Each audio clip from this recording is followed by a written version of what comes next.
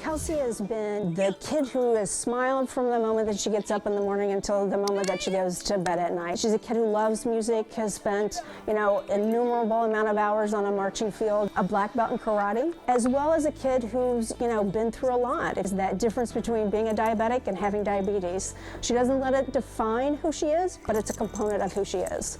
Kelsey was originally diagnosed with diabetes when she was 4, and we sort of had a little bit of an indication because about a week or so before we actually took her into the doctor's office, she started drinking a lot and going to the bathroom a lot. We started at the doctor's office. They decided that they were going to do a couple of tests and then sent us from the doctor's office to the emergency department.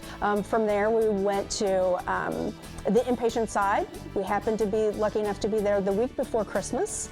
And so we were there with lots of presents and lots of fanfare, but lots of shots and finger pokes and not feeling well. From then got the added adventure of going home, only to find out that Kelsey really thought that in her 4-year-old's way of thinking that once we got home, things were going to be back to normal.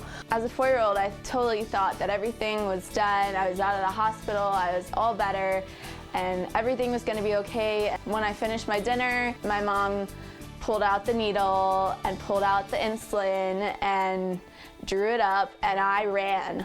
I ran down to my brother. My dad came downstairs, he picked me up, and for my first shot at home, he had to hold me down. So that is really my first memory of having diabetes. The shots continued, the finger pokes continued, and the not being able to eat what she wanted when she wanted and in the amount that she wanted became quite a big issue for us. Kelsey was one of the youngest kids at Dayton Children to go onto an insulin pump. Today, what you find is that Kelsey wears what we call an insulin pod, and it has the insulin in it, and it's no longer, and it's on her body, and it's no longer connected by a tube. This is the personal diabetes manager, and the whole system is called an Omnipod. Take out a strip,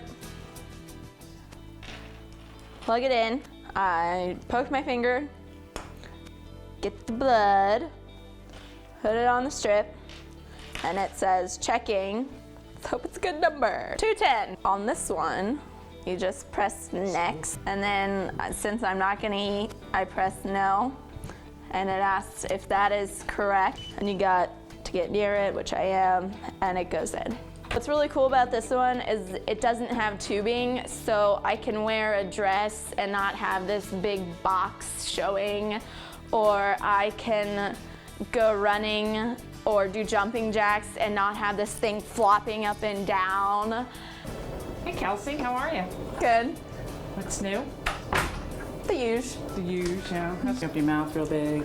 So I see her every 3 months, and we sit and we talk. We go over her blood sugars, and we adjust her insulin if we need to.